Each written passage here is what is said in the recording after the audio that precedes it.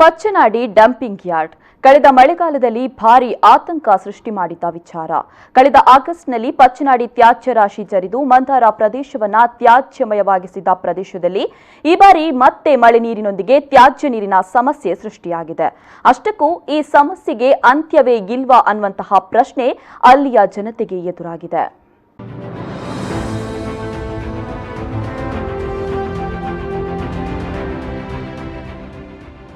ಎತ್ತ ನೋಡಿದ್ರೂ ರಾಶಿ ಬಿದ್ದಿರೋ ತ್ಯಾಜ್ಯ ರಾಶಿಗಳು. ಹಚ್ಚ ಹಸಿರಿನಿಂದ ಕಂಗೊಳಿಸಬೇಕಾಗಿದ್ದ ಪ್ರದೇಶ ತ್ಯಾಜ್ಯ ರಾಶಿಯಿಂದ ದುರ್ವಾಸನೆ ಬೀರ್ತಾ ಇದೆ. ಇಡೀ ಕರಾವಳಿಯನ್ನೇ ಬೆಚ್ಚಿ ಬೀಳಿಸಿದ್ದ ಪಚ್ಚನಾಡಿ ಡಂಪಿಂಗ್ ಯಾರ್ಡ್ ಸಮಸ್ಯೆ ಇದೀಗ ಮತ್ತೆ ಉದ್ಭವಿಸಿದೆ. ಹೌದು, ಕಳೆದ ಆಗಸ್ಟ್ನಲ್ಲಿ ಪಚ್ಚನಾಡಿ ತ್ಯಾಜ್ಯ ರಾಶಿ ಜರಿದು ಮಂದಾರ ಪ್ರದೇಶವನ್ನ ತ್ಯಾಜ್ಯಮಯವಾಗಿಸಿದ್ದ ಪ್ರದೇಶದಲ್ಲಿ ಈ ಬಾರಿ ಮತ್ತೆ ಮಳೆ ನೀರಿನೊಂದಿಗೆ ತ್ಯಾಜ್ಯ ನೀರಿನ ಸಮಸ್ಯೆ ಸೃಷ್ಟಿಯಾಗಿದೆ. ಇದೀಗ ಅಲ್ಲಿಯ ಜನತೆ ಆತಂಕಕ್ಕೆ ಒಳಗಾಗಿದ್ದಾರೆ. ತ್ಯಾಜ್ಯ ಜರಿದು ಬಂದ ಭಾಗದ ಒಂದು ಕಡೆಯಲ್ಲಿ ಸೂಕ್ತ ತೋಡಿನ ವ್ಯವಸ್ಥೆ ಮಾಡಿದ್ರೂ ತ್ಯಾಜ್ಯದ ಮಧ್ಯೆ ರಸ್ತೆಗಾಗಿ ನಿಗದಿಪಡಿಸಿದ ಜಾಗದಲ್ಲಿ ಈಗ ತ್ಯಾಜ್ಯ ನೀರು ನಿಂತು ಭಾರೀ ಅಪಾಯದ ಮುನ್ಸೂಚನೆ ನೀಡ್ತಾ ಇದೆ. ಒಂದೆಡೆ ತ್ಯಾಜ್ಯ ನೀರು ಹಾಗೂ ಇನ್ನೊಂದೆಡೆ ಜರಿದು ಬಂದ ತ್ಯಾಜ್ಯ ಇದೀಗ ಸ್ಥಳೀಯರಲ್ಲಿ ಮತ್ತೆ ಆತಂಕಕ್ಕೆ ಕಾರಣವಾಗಿದೆ.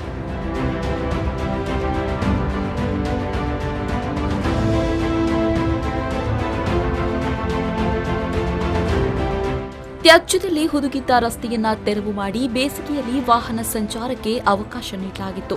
ಆದರೆ ಇದು ಮಳೆಗಾಲದಲ್ಲಿ ಮತ್ತೆ ಸಮಸ್ಯೆ ಆಗಲಿದೆ ಎಂಬ ಕಾರಣಕ್ಕೆ ಅದನ್ನ ಬಿಟ್ಟು ತ್ಯಾಜ್ಯದ ಮೇಲೆಗೆ ರಸ್ತೆ ಮಾಡಲಾಯಿತು.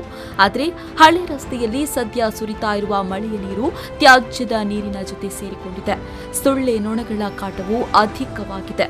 ಭಾರೀ ಮಳೆ ಬಂದರೆ ಮತ್ತಷ್ಟು ತ್ಯಾಜ್ಯ ರಾಶಿ ಕುಸಿದು ಇನ್ನಷ್ಟು ಅಪಾಯದ ಸಾಧ್ಯತೆಯನ್ನ ಅಲ್ಲಗೆಳೆಯುವಂತಿಲ್ಲ. ಕಳೆದ ವರ್ಷ ತ್ಯಾಜ್ಯ ರಾಶಿ ಜರಿದಾಗ 5,000ಕ್ಕೂ ಅಧಿಕ ಅಡಿಕೆ, ತೆಂಗಿನ ಮರಗಳು ಅದರಡಿ ಸಿಲುಕಿ ನಾಶವಾಗಿತ್ತು. ಆ ಬಳಿಕ ತ್ಯಾಜ್ಯ ರಾಶಿಯಿಂದ ನಿರಂತರ ಹರಿದು ಬರುವ ಕಲುಷಿತ ನೀರಿನಿಂದಾಗಿ ಸಮೀಪದ ತೋಟಗಳ 400ರಷ್ಟು ಅಡಿಕೆ ಮರಗಳು ಮತ್ತೆ ಜೀವ ಕಳೆದುಕೊಂಡಿದೆ. ಜೊತೆಗೆ ತ್ಯಾಜ್ಯ ಮಿಶ್ರಿತ ನೀರು ಪಕ್ಕದ ತೋಡಿನಲ್ಲಿ ಹರಿದು ನದಿಯನ್ನ ಸೇರ್ತಾ ಇದೆ.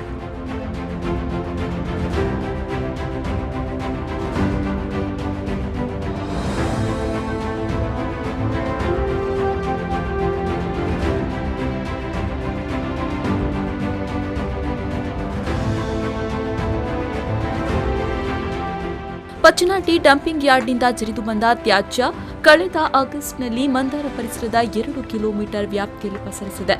ಅದು ಕೂಡ 100 ಮೀಟರ್ ಅಗಲದಲ್ಲಿ. ವಿಶೇಷವೆಂದರೆ 50 ಮೀಟರ್ ಎತ್ತರದಲ್ಲಿ 2 ಕಿಲೋಮೀಟರ್ ವ್ಯಾಪ್ತಿಯಲ್ಲಿ ತ್ಯಾಜ್ಯ ರಾಶಿ ಇದೆ. ಒಂದು ಮನೆಯನ್ನು ಮೀರಿಸುವಷ್ಟು ಎತ್ತರದಲ್ಲಿ ತ್ಯಾಜ್ಯ ರಾಶಿ ಜಾರಿ ಹೋಗಿತ್ತು. 3 ಮನೆಗಳು ಈಗಲೂ ಅಪಾಯದ ಭೀತಿಯಲ್ಲಿದೆ. ಒಟ್ಟಿನಲ್ಲಿ ಇನ್ನಾದರೂ ಪಚ್ಚನಾಡಿಯ ತ್ಯಾಜ್ಯ ಸಮಸ್ಯೆಗೆ ಮುಕ್ತಿ ಸಿಗುತ್ತಾ ಅಥವಾ ಇದು ತನ್ನ ಕಬ್ಬಂದ ಬಾಹುವನ್ನ ಇನ್ನಷ್ಟು ಚಾಚುತ್ತಾ ಅನ್ನೋದನ್ನ ಕಾದ್ ನೋಡಬೇಕಾಗಿದೆ.